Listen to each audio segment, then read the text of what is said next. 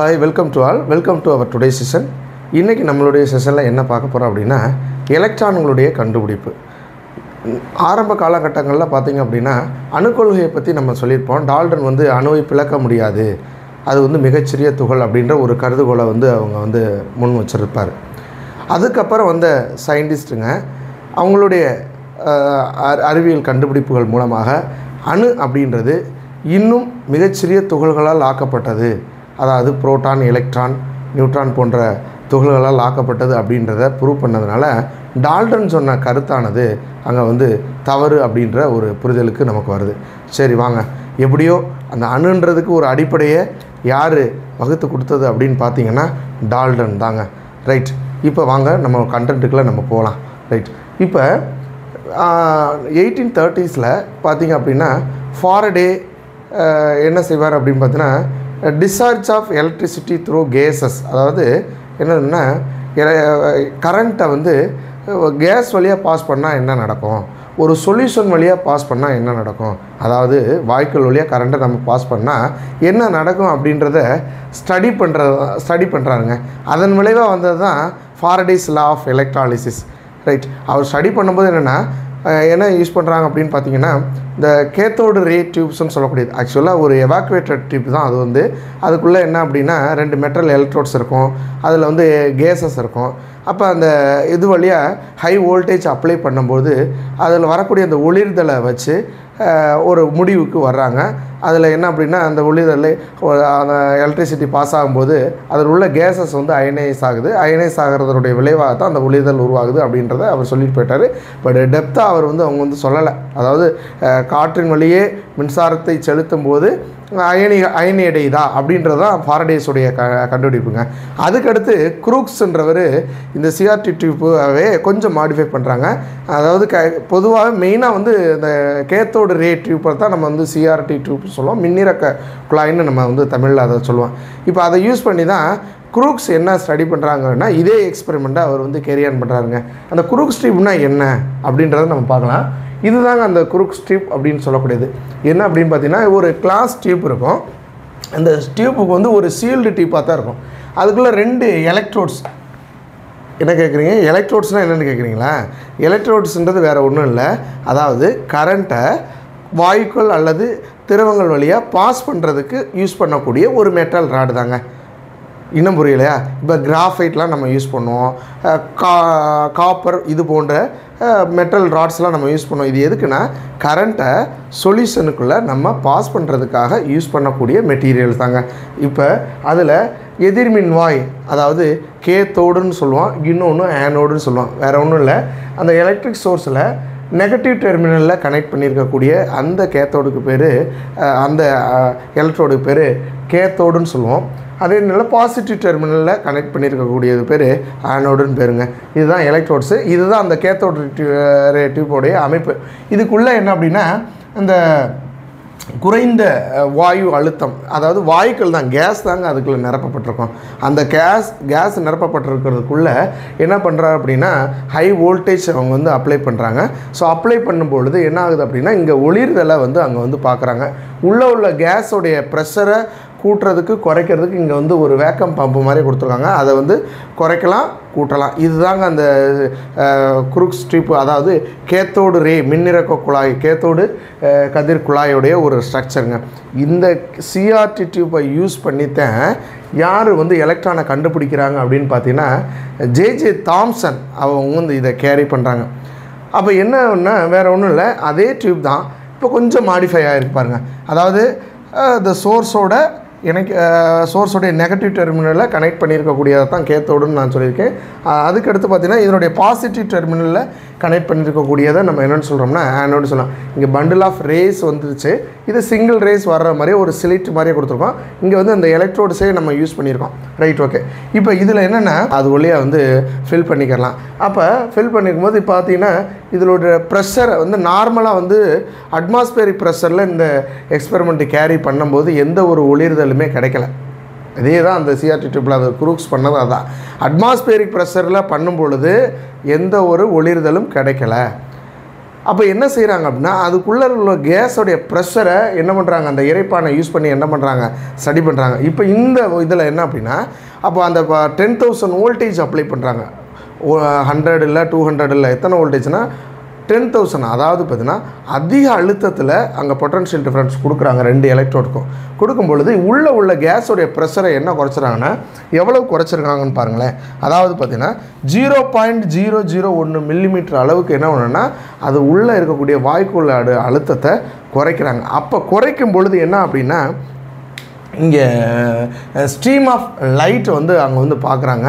அந்த stream of லைட்டுன்றது நிறையா race வந்து சேர்ந்தது தான் அங்கே வந்து ஸ்ட்ரீம் ஆஃப் லைட்ஸ்னா ஒரு சிங்கிள் ரே வர்ற மாதிரி என்னென்னா ஒரு ஸ்லிட் மாதிரியே தான் யூஸ் பண்ணியிருக்கோம். ஸ்லிட்டுன்றது இங்கே என்னென்னா எலக்ட்ரோடையே கொஞ்சம் மாடிஃபை பண்ணியிருக்கோம், சின்ன கேப்பாக விட்ருக்கோம், சிங்கிள் ரே வர மாதிரி. சரி, இப்போ இது ஒளிர்தலை நம்ம எப்படி பார்க்குறது, அதுக்காக இந்த எண்டில் என்ன பண்ணியிருக்காங்கன்னா ஒரு ஃப்ளூரசன்ட் மெட்டீரியல் கோட் பண்ண ஒரு இதை வச்சுருக்காங்க. இங்கே என்ன ஃப்ளூரசன்ட் மெட்டீரியல் அப்படின்னு பார்த்தீங்கன்னா சிங்க் சல்ஃபைடு தாங்க. அது சிங்க் சல்ஃபைடு தான் அந்த ஃப்ளூரசன்ட் மெட்டீரியலை அங்கே யூஸ் பண்ணியிருப்பாங்க.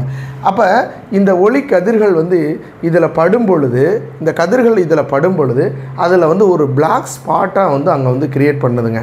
ரைட். இப்போ இந்த ஒளிரும் பொருளில் வந்தோடனே ஒரு பிளாக் ஸ்பாட்டை க்ரியேட் பண்ணுது. இது ஃபோட்டோகிராஃபிக்கல் பிளேட் மாதிரி தான், லைட்டு பட்டோன்னா அந்த இடத்துல இது கிடைக்கிற மாதிரியா. அப்போ இந்த சிங்க் சல்ஃபைடில் அந்த பிரகாசமான ஒரு பிளாக் ஸ்பாட் கிடைக்குது. அப்போ கிடைக்கும்போது ஒரு ரே வந்து எங்கேருந்து வருது அப்படின்னு பார்த்தீங்கன்னா எங்கேருந்து வருது அப்படின்ற நமக்கு ஒரு ஐடென்டிஃபிகேஷன் வருது.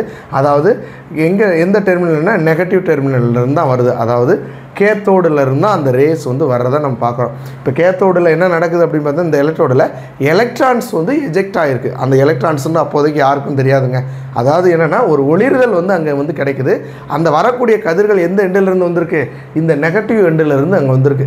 அந்த நெகட்டிவ் எண்டிலிருந்து வந்ததுனால தான் கதிர்கள் வந்து நெகட்டிவ் டெர்மினல்லேருந்து வருது. அதனால் அதுக்கு பேர் என்ன சொல்கிறாங்கன்னா கேத்தோடு கதிர்கள் அப்படின்றது அங்கே வந்து பேர் வருது. கேத்தோடு கதிர்கள்னே வச்சுட்டாங்க. ரைட். இப்போ இந்த மாதிரி கேத்தோடு கதிர்கள் வந்துருச்சு.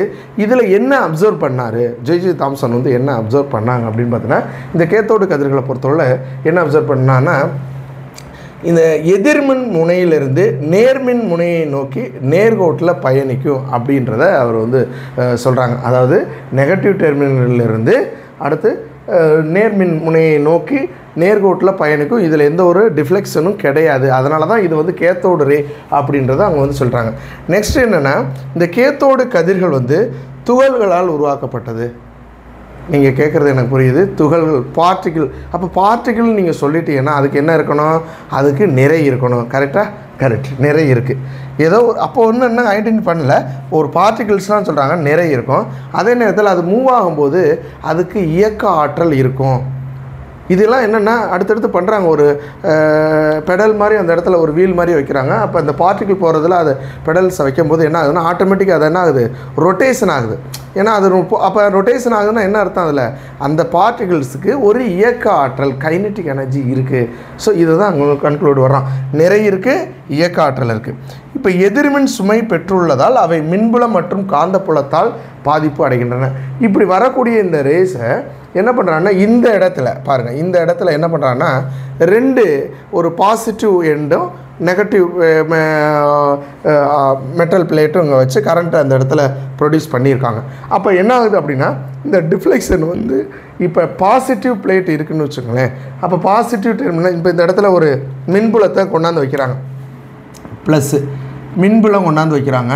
அதே நேரத்தில் இந்த இடத்துல என்னது, இன்னொரு மின்புலம் மைனஸ் வைக்கிறாங்க. இப்போ இதில் வரக்கூடிய இந்த கதிர்கள் எதை நோக்கி பெண்ட் ஆகுது அப்படின்னா இந்த டைரெக்ஷனில் பெண்ட் ஆகிறத அவங்க வந்து என்ன பண்ணுறாங்க, அப்சர்வ் பண்ணுறாங்க. இந்த டைரெக்ஷனில் இப்படி பெண்ட் ஆகுது.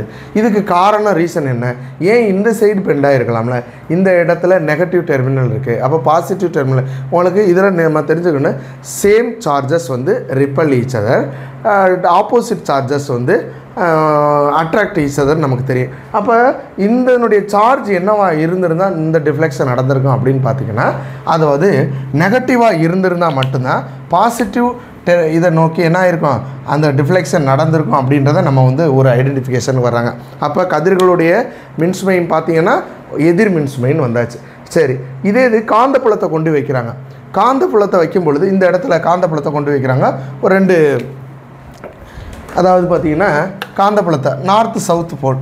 இப்போ இந்த இடத்துல பார்த்திங்கன்னா நார்த்து போல், இன்னொன்று என்னென்னா சவுத் போல். இந்த காந்தத்தை வைக்கும்போது இந்த டிஃப்ளெக்ஷனை அங்கேயும் பார்க்குறாங்க. காந்தத்தை வைக்கும்போது என்னாகன்னா, ஏன்னா ஒரு கரண்ட்டு போகுது, எலக்ட்ரான் ஃப்ளோ ஆகுது அப்படின்னா அப்போ காந்தப்புலம் வைக்கும்போது அங்கே என்ன ஆகுது, விலகல் அடையுது. அந்த விலகல் அடையதை பார்த்து நம்ம என்ன பண்ணோம்னா, அதாவது ஃப்ளெமிங்குடைய லெஃப்ட் ஹேண்ட் ரூல்ஸில் நம்ம சொல்லுவோம். சரிங்களா? ஸோ இதுபடி பார்க்கும்பொழுது என்ன அப்படின்னா, இதுவும் என்ன ஆகுதுன்னா, கேத்தோடு கதிர்கள் எதிர்மின் சுமை உடையது அப்படின்ற ஒரு கன்க்ளூஷனுக்கு நம்ம வர முடியுது. சரி, இது தாங்க. அதுக்கடுத்து இந்த கேத்தோடு கதிர்களுடைய பண்புகள் மின்னிறக்க குழாய் நிரப்பப்பட்டு வாயுக்களை பொறுத்து மாறுபடுவது இல்லை. இதுதான் முக்கியமானது. இப்போ நான் இதில் வந்து எந்த மாதிரியான கேஸ் எடுத்துக்கிறோனோ அதுக்கேற்றாப்புல இதனுடைய பண்புகள் மாறுமா அப்படின்னா அந்த பண்புகள் மாறப்போகிறது கிடையாது. உள்ளே ஃபில் பண்ணியிருக்க கேஸை பொறுத்து மாறப்போகிறது கிடையாது. இதுதாங்க அவர் ஸ்டடி பண்ணல, இந்த கேத்தோடு கதிர்குழாயில் ஸ்டடி பண்ணி அவர் ஃபைன் பண்ண இந்த கேத்தோடு கதிர்களுடைய பண்புகள். இதை தான் அந்த கேத்தோடு கதிர்களை தான் லேட்டராக அவர் என்ன பேர் வைக்கிறாங்க அப்படின்னா எலக்ட்ரான்கள். இந்த எலக்ட்ரான்கள்னு கண்டுபிடிச்சதுக்கு அப்புறம் யார் சொன்னது தவிர இந்த எலக்ட்ரான்கள் கண்டுபிடிச்சதுக்கப்புறம் டால்டன் சொன்ன ஆட்டம் இஸ் இன்டிவிசிபிள்ன்ற ஒரு டாபிக் வந்து அங்கே வந்து என்னென்ன தவறுன்றதை அங்கே சொல்கிறாங்க. Thank you to all. தேங்க்யூ.